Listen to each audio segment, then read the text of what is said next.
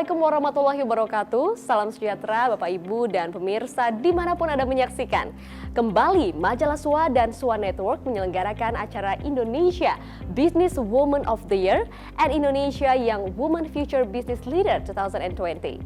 Dan tahun ini mengangkat tema The Art of Caring Leadership, Balancing Profit and Love.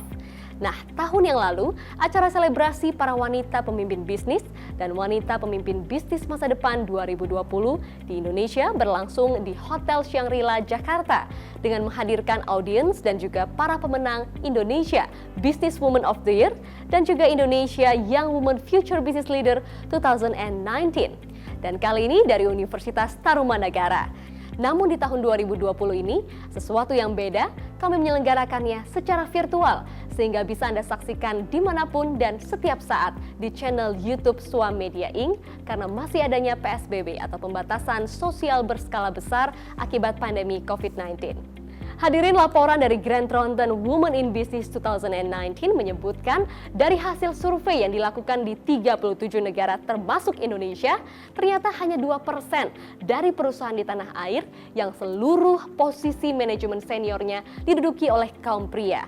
Selebihnya dinyatakan setidaknya seorang perempuan memegang posisi strategis di level manajemen. Tentu saja ini menarik. Mengapa kaum Hawa bisa menempati posisi-posisi strategis? Gaya leadership para perempuan memang berbeda dengan kaum Adam. Mereka memimpin perusahaan tidak sekedar berorientasi pada keuntungan semata, namun juga kenyamanan dan kesejukan dalam bekerja. Para pemimpin perempuan ini juga mengedepankan aspek kekeluargaan dan tetap tegas. Inilah kelebihan yang dilihat dari para perempuan sebagai pemimpin dan juga menginspirasi kami untuk mengambil tema The Art of Caring Leadership, Balancing Profit and Love. Bapak Ibu hadirin, pemenang Indonesia Business Woman of the Year 2020 didapatkan dari hasil Desk Research Majalah SUA berdasarkan peran kepemimpinan, terutama pada gaya caring leadership. Dan selain itu, kami juga menyelenggarakan acara Indonesia Young Woman Future Business Leader 2020 yang diseleksi dari hasil penjurian oleh tim juri. Hadirin, acara Indonesia Business Woman of the Year dan Indonesia Young Woman Future Business Leader 2020 bukanlah sekedar kompetisi yang tujuannya untuk menentukan kalah menang dari para pesertanya, namun lebih untuk mempublish dan juga membranding sosok perempuan hebat dan calon pemimpin masa depan. Para pemenang dari Indonesia Business Woman of the Year 2020 juga telah dimuat sebagai cover story di majalah SUA edisi 8 di bulan April 2020 lalu. Dan pemenang Indonesia Young Woman Future Business Leader 2020 telah kami muat pula sebagai sajian khusus di majalah SUA edisi 12 di bulan Juni 2020. Dan sebelum kita masuki puncak acara yaitu penganugerahan Indonesia Business Woman of the Year 2020 dan juga Indonesia Young Woman Future Business Leader 2020, mari kita saksikan terlebih dahulu sambutan dari Bapak Kemal Effendi Gani, Chief Editor SUA Group. Ibu-ibu para pelaku bisnis di Indonesia yang saya hormati, para peraih Indonesia Young Woman Future Business Leader tahun 2020 yang saya banggakan, ibu, bapak, dan teman-teman semuanya yang saya hormati. Salam sejahtera bagi kita semuanya. Assalamualaikum warahmatullahi wabarakatuh. Ibu, bapak, dan teman-teman semuanya, perkenankan kami dari kelompok SUA Media akan menyelenggarakan dua program. Yang pertama, Indonesia Business Woman of the Year tahun 2020, dan yang kedua, Indonesia Young Woman Future Business Leader tahun 2020. Dengan kedua program ini, kami berharap kami dapat mendorong terus bertambah peran dan jumlah wanita Indonesia yang menduduki posisi puncak di perusahaan atau di posisi board of director di perusahaan-perusahaan di Indonesia. Dan yang kedua, kami juga ingin mendorong bagaimana supaya lebih banyak lagi wanita-wanita Indonesia yang berhasil membangun usaha sebagai entrepreneur yang berhasil. Ya. Selama ini kami lihat posisi wanita yang duduk di posisi BOD ini belum proporsional lah jumlahnya ya. Belum lama ini kami dari majalah SUA melakukan desk research ya, terhadap peran wanita di perusahaan-perusahaan di Indonesia. Hasilnya secara garis besar di perusahaan-perusahaan publik wanita yang duduk di posisi BOD hanya mencapai 14%. Dan kemudian dari 14% tadi, mereka yang duduk di posisi EO hanya 8%. Ya. Nah, kemudian di badan usaha milik negara atau BUMN, posisi wanita yang duduk di posisi BOD juga kurang lebih sama, bahkan angkanya lebih kecil. Mereka hanya memperoleh porsi 10% di BOD dan di CEO hanya 6%. Ya. Nah, jadi kami berharap dengan program ini, dengan memberi apresiasi kepada para wanita-wanita Indonesia, kami berharap akan lebih banyak lagi wanita yang dapat duduk di posisi BOD di perusahaan-perusahaan di Indonesia. Seperti kita tahu di beberapa negara maju, mereka juga membuat program bagaimana supaya di BOD perusahaan-perusahaan, terutama di perusahaan publik, itu ada paling tidak 30%, ya, itu dapat diduduki oleh wanita. Nah, kami juga berharap hal itu juga dapat terjadi di Indonesia. Nah, itu program yang pertama. Nah, program yang kedua, ini masih terkait juga dengan program yang pertama. Kami menyelenggarakan program Indonesia Young Women Future Business Leader. Nah, program ini adalah program untuk mendorong para wanita muda di Indonesia, para profesional muda yang masih berusia 35 tahun ke bawah, yang posisinya masih di manajer, GM, atau paling tinggi direktur, itu untuk dapat mengikuti program ini sehingga mereka nanti bisa kami dorong untuk menjadi next leaders, ya, untuk menjadi next leader di perusahaan-perusahaan di Indonesia, ya. Jadi ini semacam talent pool gitu lah, ya, persiapan untuk talent untuk para calon pemimpin di Indonesia. Nah, kalau program ini modelnya kompetisi, ya, jadi mereka kami undang untuk ikut berpartisipasi dengan mengirimkan paper yang topiknya adalah bagaimana strategi mereka untuk mengembangkan usaha mereka sekarang ini, ya, sehingga dapat tumbuh dengan signifikan, dengan kokoh. Nah, paper itu kemudian dinilai oleh Dewan Juri, dan kemudian yang lolos akan diundang untuk melakukan presentasi dan berdiskusi di depan juri. Dan di era pandemi ini diskusinya dilakukan secara webinar, ya. Nah, untuk penjuriannya kami melibatkan juri-juri yang sudah punya jam terbang tinggi sebagai eksekutif puncak di perusahaan, sehingga mereka juga dapat melakukan evaluasi yang mendalam dan berdiskusi yang mendalam dengan para kandidat. Jadi para hadirin semuanya, dengan program ini kami sungguh berharap akan makin banyak peran dan jumlah wanita yang menduduki di posisi BOD di perusahaan-perusahaan di Indonesia, ya, baik perusahaan publik, BUMN maupun perusahaan-perusahaan swasta lainnya. Pada kesempatan ini kami atas nama Swamedia mengucapkan selamat kepada ibu-ibu yang sudah terpilih ikut dalam barisan Indonesia Business Woman of the Year tahun 2020. Juga selamat kepada para profesional wanita muda yang sudah berhasil sebagai masuk dalam top 10, ya, Indonesia Young Women Future Business Leader tahun 2020. Kami berharap mudah-mudahan semua perjalanan karir ibu semuanya lancar, dapat memberikan manfaat yang lebih banyak lagi bagi semua stakeholders dan Indonesia. Terima kasih juga kami ucapkan kepada semua anggota Dewan Juri dan semua pendukung acara ini sehingga program ini dapat berjalan dengan baik. Sebagai penutup, kami berharap semoga kita semua sehat, pandemi segera berakhir, dan usaha kita dapat terus bergairah kembali, tumbuh kembali dengan kokoh, dan ekonomi Indonesia juga dapat tumbuh meroket lagi. Sekian dari kami. Wassalamualaikum warahmatullahi wabarakatuh. Terima kasih Bapak Kemal Gani atas sambutannya, dan Bapak Ibu setelah menyaksikan sambutan tadi, kini selanjutnya kita juga akan menyimak bagaimana pula metodologi penentuan Indonesia Business Woman of the Year 2020 dan bagaimana proses penjurian Indonesia Young Women Future Business Leader 2020.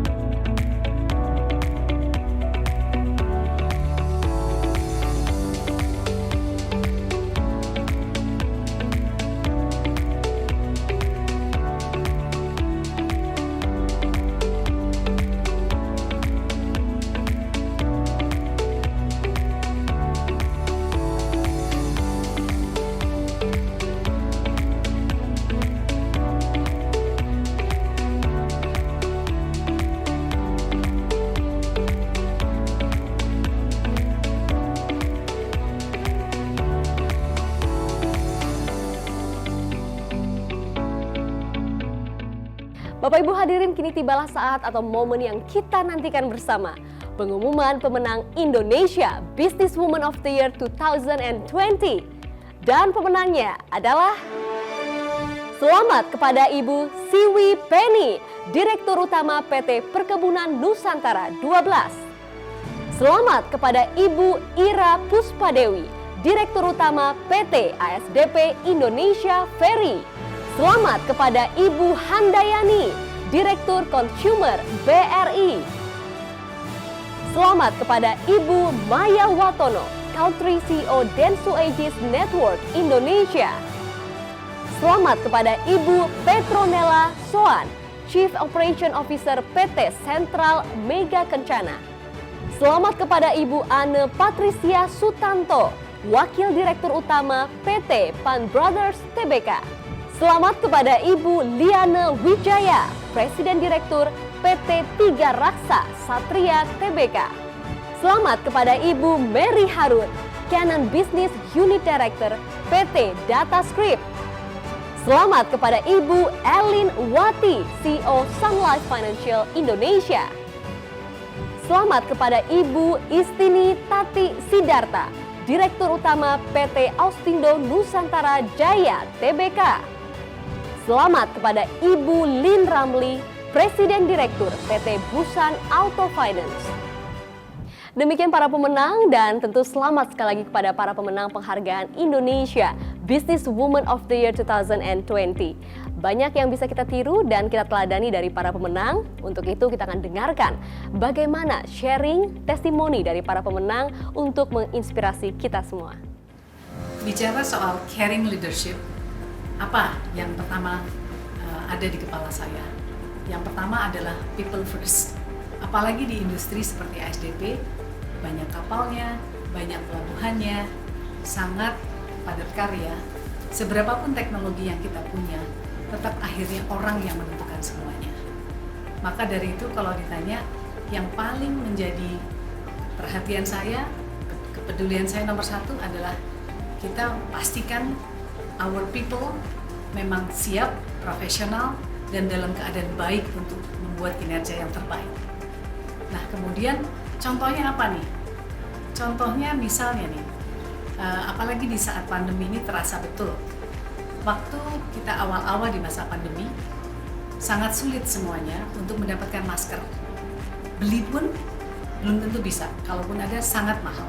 Sementara kebutuhan begitu tinggi. Maka yang kita lakukan adalah memobilisasi people, memobilisasi karyawan, keluarga untuk membuat masker sendiri. Targetnya 15.000 saja. Tapi ternyata kita mencapai sekitar 20.000 dalam waktu 2 minggu. Nah ini kalau kita tidak punya mindset people first, kelihatannya sederhana, tapi memobilisasi sebuah gerakan untuk membuat masker bagi karyawan, bagi masyarakat tidak mudah loh, 2 minggu dan. Kemudian yang lain lagi, kenapa people first dan bagaimana kita lakukan? Sesungguhnya ASDP dibandingkan banyak perusahaan lain dalam keadaan krisis ini, dalam keadaan yang jauh lebih baik. Tabungan kita masih lumayan baik. Tetapi kita tetap saja harus mencoba efisien dan berhemat jika memang mungkin untuk dihemat. Pertanyaannya apa yang dihemat?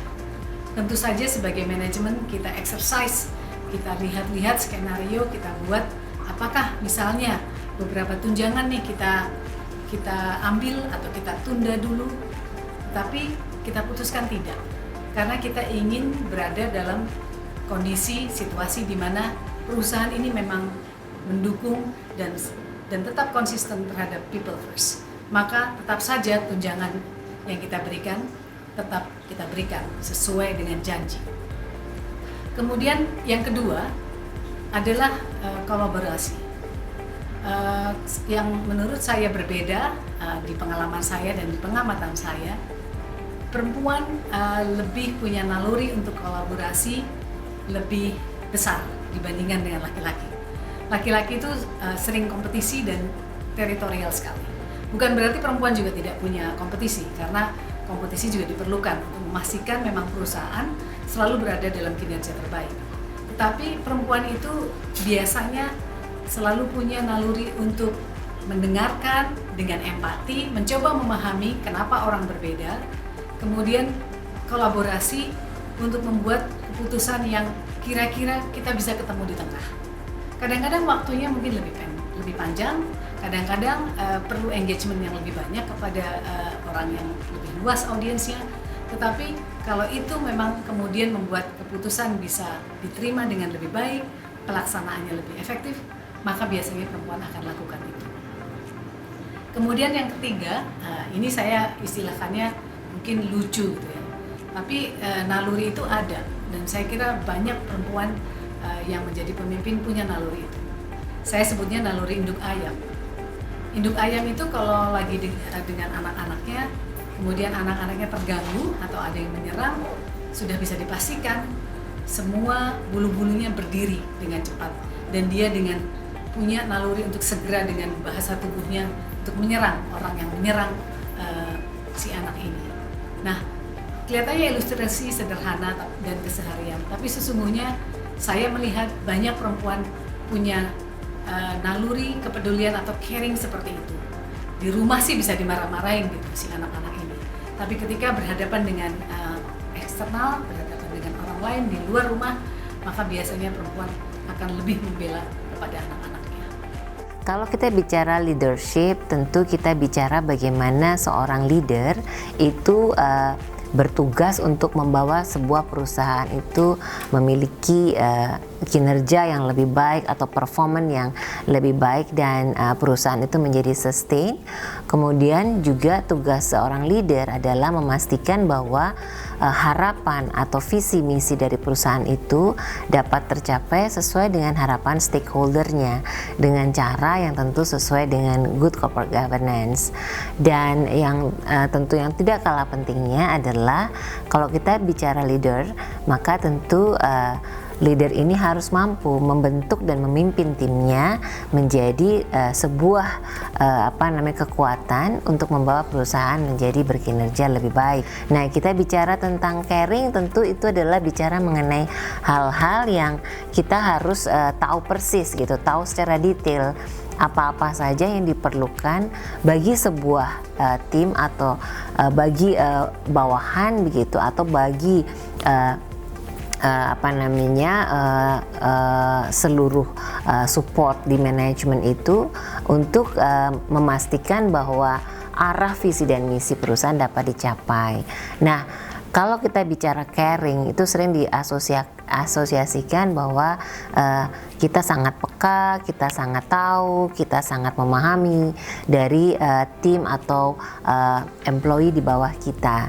Nah, ini adalah bagian yang tentu menjadi sebuah kekuatan bagi wanita, karena biasanya wanita ini memiliki ketelatenan untuk mempelajari hal itu. Jadi biasanya kalau kita bicara mengenai kemampuan seorang pimpinan itu diuji ketika kondisinya tidak biasa atau tidak mudah gitu ya. Kalau di situasi di mana semuanya serba mudah, kemudian kita berada di sebuah situasi di mana bisnis itu berkembang dengan baik, kemudian support sistemnya sudah tersedia, infrastrukturnya sudah lengkap gitu ya, timnya juga sudah misalnya tim-tim yang sudah mumpuni, itu tidak perlu seorang leader yang luar biasa untuk itu. Justru leader itu dibentuk ketika situasinya tidak mudah, explore begitu ya dengan tim ketika kita menghadapi situasi yang tidak biasa. Contohnya pada saat ini ketika kita bicara mengenai pandemi COVID. Nah, ini situasi yang sangat tidak biasa gitu ya. Nah, di situasi yang tidak biasa ini tentu biasanya banyak sekali hal-hal yang kadang-kadang tidak terduga yang terjadi, yang harus diputuskan dengan cepat gitu ya, memiliki juga kemampuan untuk beradaptasi dengan cepat, kemudian menganalisa masalah dengan baik, dan tentu memutuskan dengan tepat gitu ya jalan keluar yang harus ditentukan.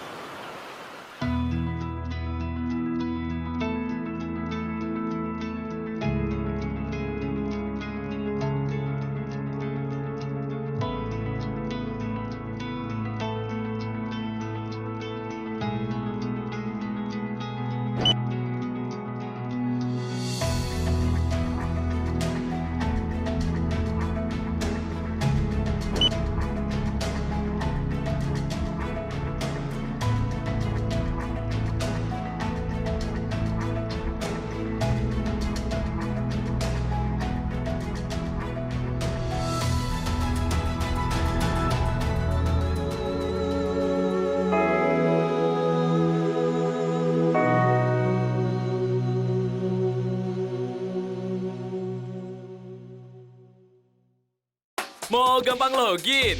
Banyak fitur keren bikin hidup lo makin gampang dan seru. Bisa login pakai sidik jari dan Face ID.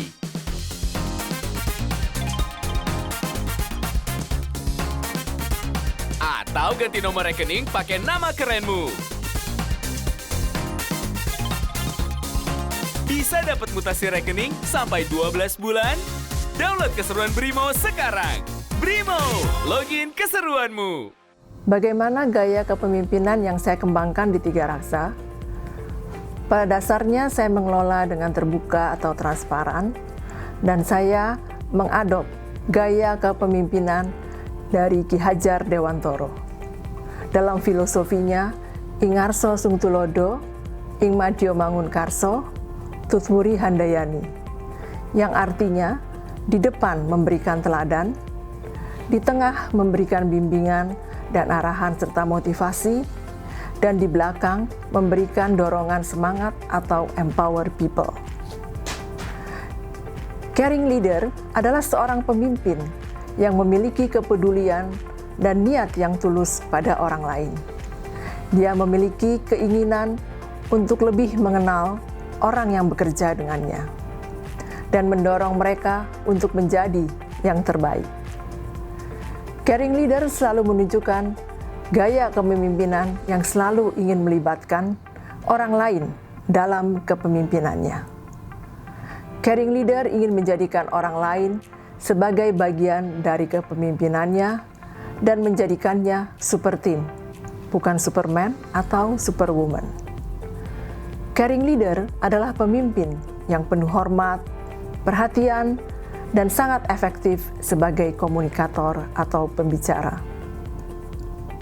Pemimpin yang selalu menunjukkan bahwa mereka peduli kepada karyawan sebagai individu dan bukan hanya sebagai pekerja untuk pekerjaan yang mereka lakukan saja. Sejauh ini, caring leadership yang telah kami implementasikan dalam tata kelola perusahaan adalah mindset bahwa people atau karyawan adalah aset terpenting dalam perusahaan. Karena people lah yang menggerakkan roda organisasi. Dengan mindset tersebut, maka fokus terhadap people development menjadi yang paling utama.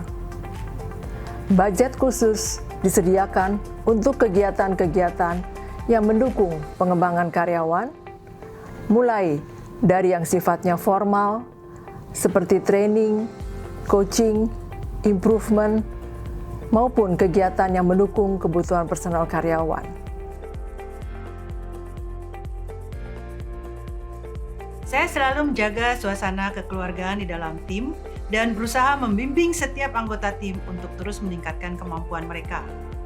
Keseimbangan antara sisi kekeluargaan dan kedisiplinan dalam pekerjaan perlu dijaga agar para anggota tim dapat bekerja optimal dalam mendukung kesuksesan perusahaan.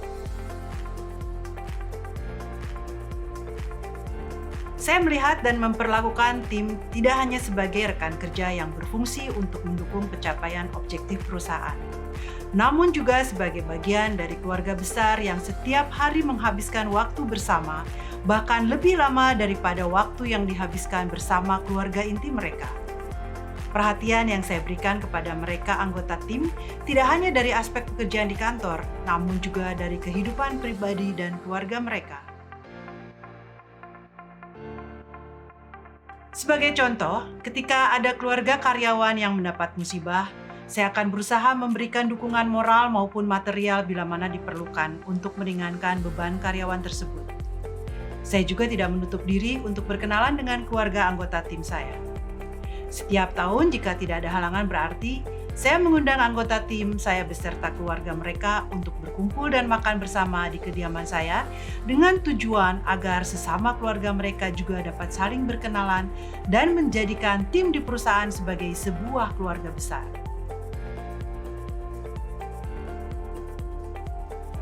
Puji Tuhan, selama kepemimpinan saya, turnover anggota tim terbilang rendah. Dan banyak dari mereka yang sudah bekerja selama belasan hingga puluhan tahun dan tidak berhenti mengembangkan diri. Selain turnover karyawan yang dapat ditekan, Loyalitas anggota tim juga terjaga karena mereka merasa bekerja dalam sebuah keluarga besar. Dengan demikian, rasa memiliki dan tanggung jawab untuk menjaga keberhasilan tim juga meningkat. Dari kota besar hingga pelosok desa di dunia, telah mengenal komoditas yang tak terpisahkan ini.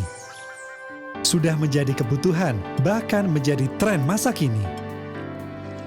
Buat nemenin kamu kerja, ngumpul bareng teman-teman, hingga ngerubah kamu jadi move on, bisa banget. Dipilih dari biji kopi terbaik dan pucuk teh berkualitas perkebunan di Jawa Timur. Rolas,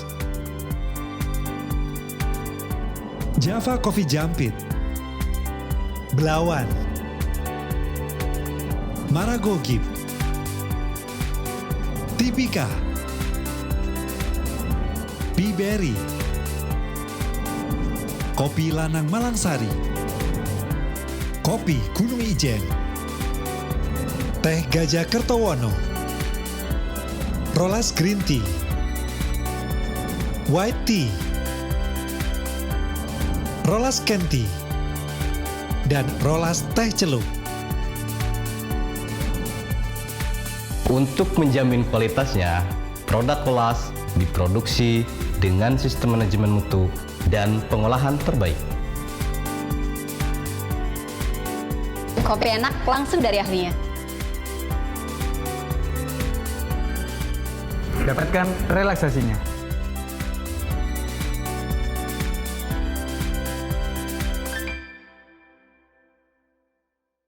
Tiga Raksa berkomitmen untuk terus menjadi perusahaan sales and distribution yang terdepan dan terbaik di Indonesia. Semangat 100 tahun memotivasi kami untuk terus menangkap peluang. Merubahnya menjadi tantangan untuk ditaklukkan. Tiga Raksa Satria, always ahead.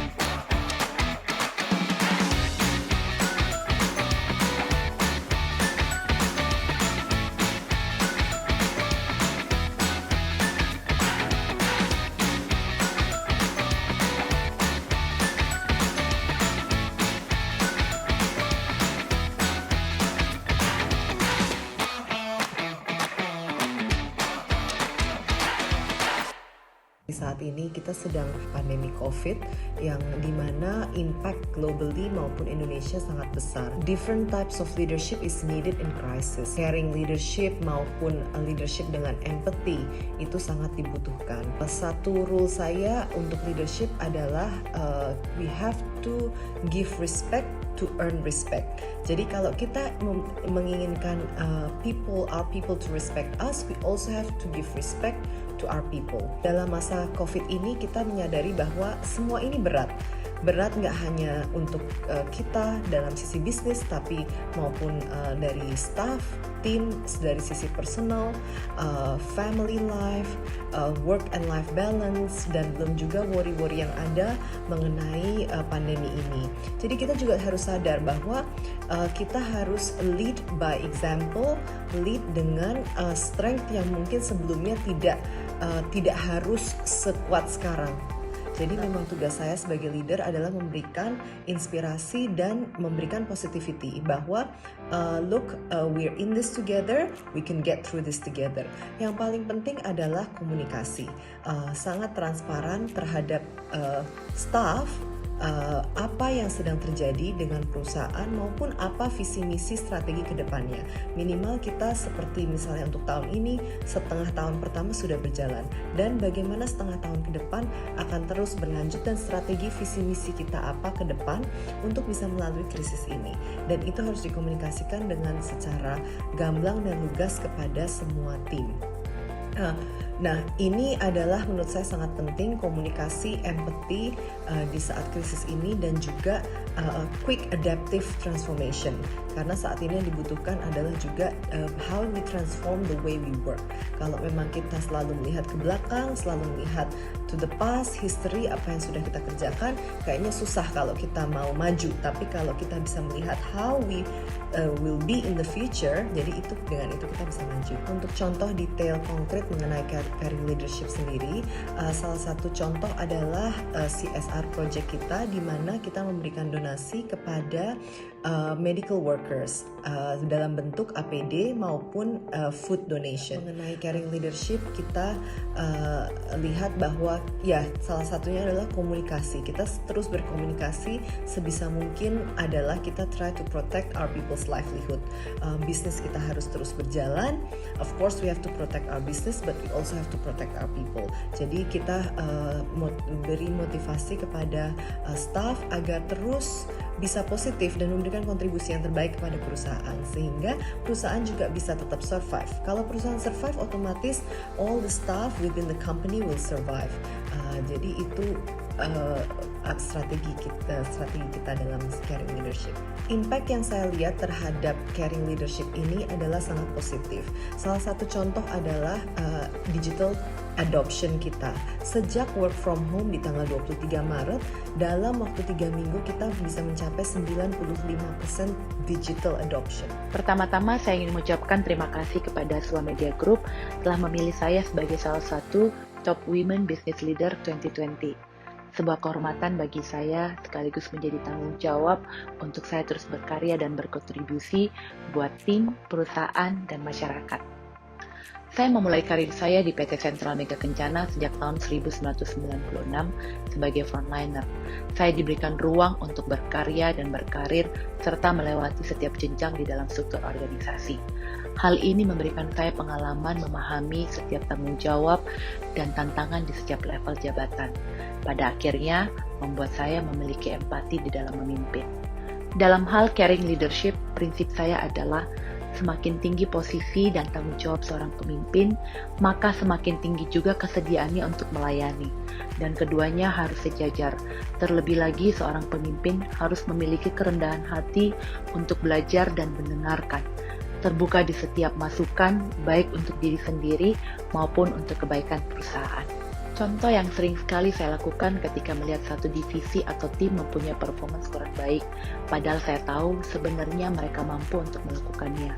Maka saya pun tidak segan untuk turun melakukan pembenahan, menemukan akar permasalahan sehingga mereka bisa menemukan kembali pola kerjanya. Kalau kita sering mendengarkan sharing is caring, ya kurang lebih seperti itu. Lalu apa yang saya sharing? Knowledge, experience, passion, dan juga spirit sehingga mereka bisa memacu kembali kinerjanya sehingga berdampak besar terhadap performance perusahaan. Pengalaman mengajarkan saya untuk memperlakukan setiap individu di dalam perusahaan seperti keluarga. Mereka selalu diberikan ruang untuk belajar dan berkembang, menantang diri menjadi lebih baik. Walaupun terkadang pengalaman itu didapatkan dari sebuah kesalahan, tetapi justru di sanalah pelajaran berharga bisa didapatkan. Hal ini membuat karyawan merasa terus berkembang, didengarkan dan dihargai, sehingga mereka memiliki sense of belonging yang tinggi, baik terhadap perusahaan maupun kepada sesama karyawan.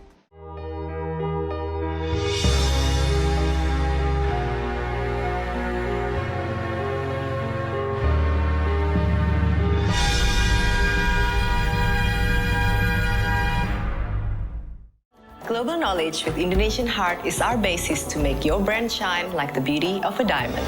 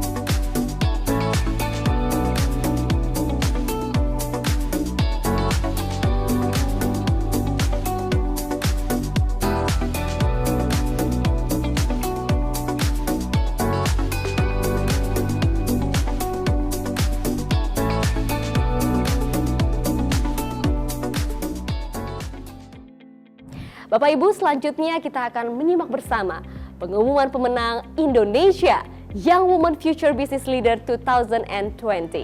Dan pemenangnya adalah selamat kepada Ibu Siti Fatima Zara, Financial Accounting and Consolidation Reporting Manager PT Telekomunikasi Indonesia International. Selamat kepada Ibu Marina Eka Amalia, Legal Head and Corporate Secretary PT Prodia Widya Husada Tbk.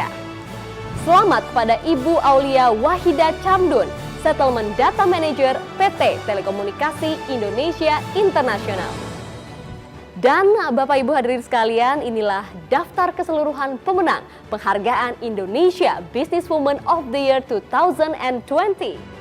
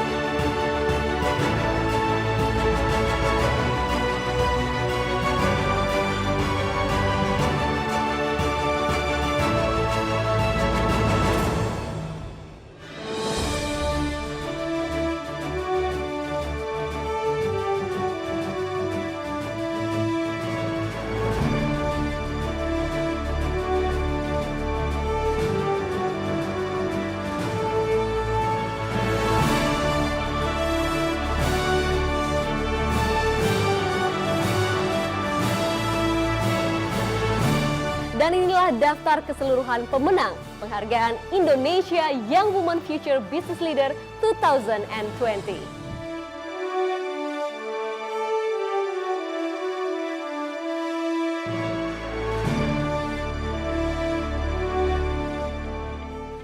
Sekali lagi selamat kepada seluruh pemenang penghargaan Indonesia Young Women Future Business Leader 2020. Tentu kita berharap inilah para pemimpin-pemimpin masa depan yang nantinya dapat menorehkan prestasi tidak hanya di perusahaan secara nasional tapi juga secara global.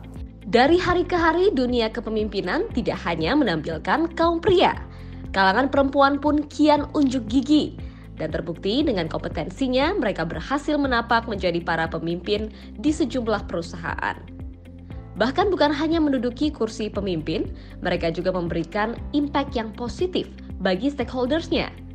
Swa Publishing kembali meluncurkan buku dalam seri Woman Leader yang menampilkan keberhasilan sejumlah perempuan dalam memimpin perusahaan dan berhasil memberikan impact positif tersebut. Dalam sebuah buku, Lead to the Top, Perjalanan Perempuan Hebat Menjadi Impactful Leader.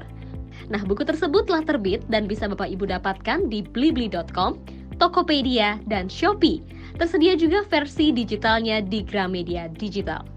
Nah Bapak Ibu, tidak terasa kita telah tiba di penghujung acara. Sekali lagi selamat kepada para pemenang, baik untuk penghargaan Indonesia Businesswoman of the Year 2020 dan juga untuk Indonesia Young Women Future Business Leader 2020. Bapak Ibu, tidak terasa kita telah tiba di penghujung acara dan sekali lagi kami ucapkan selamat kepada para pemenang penghargaan Indonesia Businesswoman of the Year 2020 dan juga kepada seluruh pemenang Indonesia Young Women Future Business Leader 2020. Dan kami ucapkan pula terima kasih banyak kepada seluruh sponsor yang telah berpartisipasi.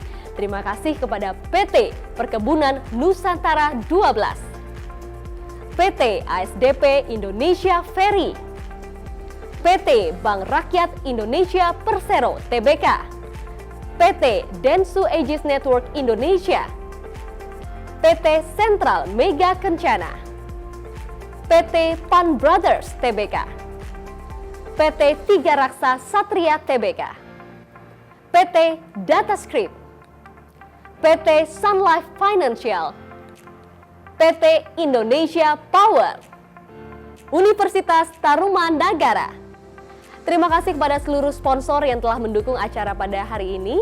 Dan demikian rangkaian acara Indonesia Business Woman of the Year 2020 dan juga pengumuman Indonesia Young Women Future Business Leader 2020. Sampai jumpa lagi tahun depan. Terima kasih.